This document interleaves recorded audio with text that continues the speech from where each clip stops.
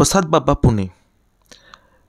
आपण मागील भागामध्ये बाबांचा सेक्स कांड, बाबाने कसे व्हिडिओ बनवले, बाबाने कसे भक्तांना आंघोळ घातली आणि काही भक्तांची समलैंगिक अनैतिक संभोग केला आणि या ठिकाणी पुरुषाचंच भक्तांचंच बाबांनी लैंगिक शोषण केलं. आपण या भागामध्ये या संपूर्ण गुन्हेगारीमध्ये भक्तांची मानसिकता म्हणजे सुशिक्षित लोकांतली अंधश्रद्धा आणि भक्ताची मानसिकता काय असते याची कारणमीमांसा करू आणि मी वैज्ञानिक दृष्टिकोनातून त्या घटनेकडे पाहतो, त्यावर चर्चा करतो. बुवाबाईच्या प्रकरणात या प्रक्रियेमध्ये ही महत्त्वाची गोष्ट आहे की पुरावा मागायचा नाही आणि माझं कल्याण आहे असे गृहीतक धरलं जातं आणि याच ठिकाणी एक्झॅक्टली याच ठिकाणी मानसिक गुलामगिरीची सुरुवात होते. आचार्य अत्रे म्हणायचे, वृक्ष तेथे छाया आणि बुवा तेथे बाया. पण इथे तर मी पुढे जाण्याआधी सर्वप्रथम हे कबूल करतो की मी सर्व समलैंगिक LGBT समुदायाचा सन्मान करतो. मी त्या तृतीय पंथाचं, त्या तृतीय लिंगाचं मी सन्मान करतो. माझे अनेक मित्रमैत्रिणी त्यामध्ये आहेत आणि मी त्यांना पण माझा इतका समान मूल्याचा नागरिक आणि मनुष्य मानतो. आपण परत आता या मुद्द्यावरती येऊया. मी कोणत्याही लैंगिक प्राथमिकतेच्या विरुद्ध नाही आहे. हे जर का त्या दोन मुलांचं पुरुषांचं आपसातल्या प्रेमामुळे घडलं असतं मला काही प्रॉब्लेम नसता, ठीक आहे. पण या ठिकाणी त्या बाबांनी फसवून त्यांच्यावरती अंधश्रद्धेचं संमोहन करून त्यांच्याकडनं कृत्य करून घेतलंय. आता मी तुम्हाला दोन घटना सांगतो. फार पूर्वी पुण्यामध्ये फर्ग्युसन कॉलेजमध्ये माझी एका एक्झाम होती, माझी परीक्षा होती, प्रवेश परीक्षेची परीक्षा होती. मी सिंहगड एक्सप्रेसने गेलो होतो.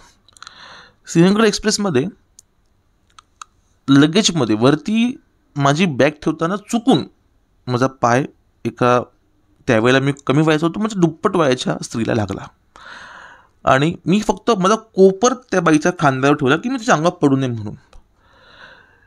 पुण्यापर्यंत ती बाई माझ्याशी भांडत होती. तिचा नवरा म्हणतो की अगं चुकून घडलं, त्याने मुद्दामून नाही केलं, तरी पण तिने नाही यांना माज असते, यांना मस्ती असते, हे असं करतात वगैरे वगैरे पुण्यापर्यंत त्या बाई मला बडबड केली होती.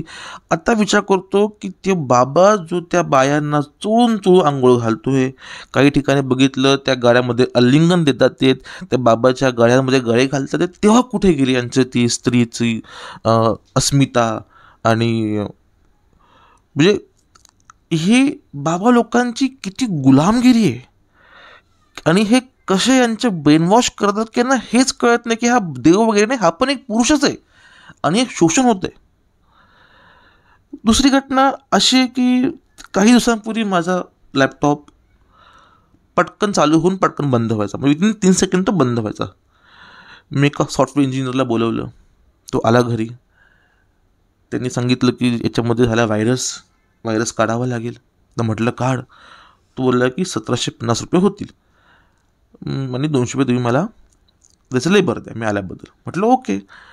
आणि त्याने हल्लीच 5 मिनटामध्ये त्यातला व्हायरस काढला.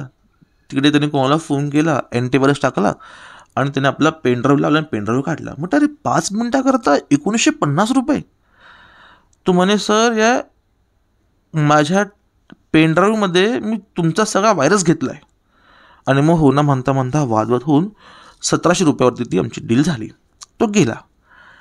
आता ते जे पुरुष 15-17 जे काही भक्त आहेत, एक प्रसंग तुम्ही डोळ्यासमोर आणा की एखादा 4 पायावर चालणाऱ्या प्राणांप्रमाणे भक्त त्या गादीवरती बेडवर बसलाय किंवा उभा आहे आणि बाबाने आपलं पेनड्राईव्ह काढला, लॅपटॉपमध्ये घातला.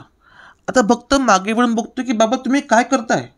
तर बाबा म्हणतोय की भक्ता मी तुझ्या समस्या, तुझा गृहदेश, तुझा ग्रहदोष आणि तुझा पूर्ण व्हायरस माझ्या पेनड्राईव्हमध्ये घेतोय.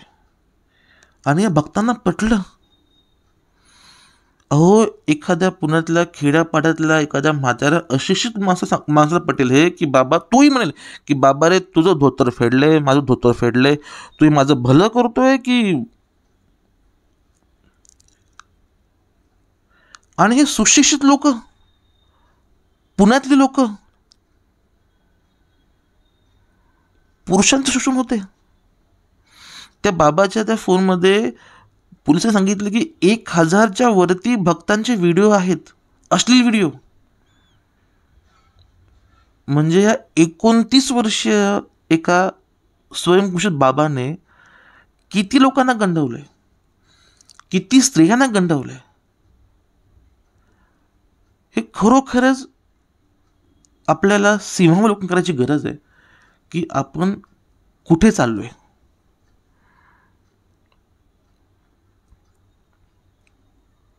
आपल्याजवळ बुद्धी आहे का? आपली बुद्धी तर्कशुद्ध विचार करते का? मी आशा करतो की भविष्यामध्ये अशा बाबांना अजून कोणी बळी पडणार नाही, बुवाबाजीमध्ये कोणी येणार नाही. बाकी तुमचे विचार तुम्ही कमेंटमध्ये लिहा, मला कळवा. धन्यवाद.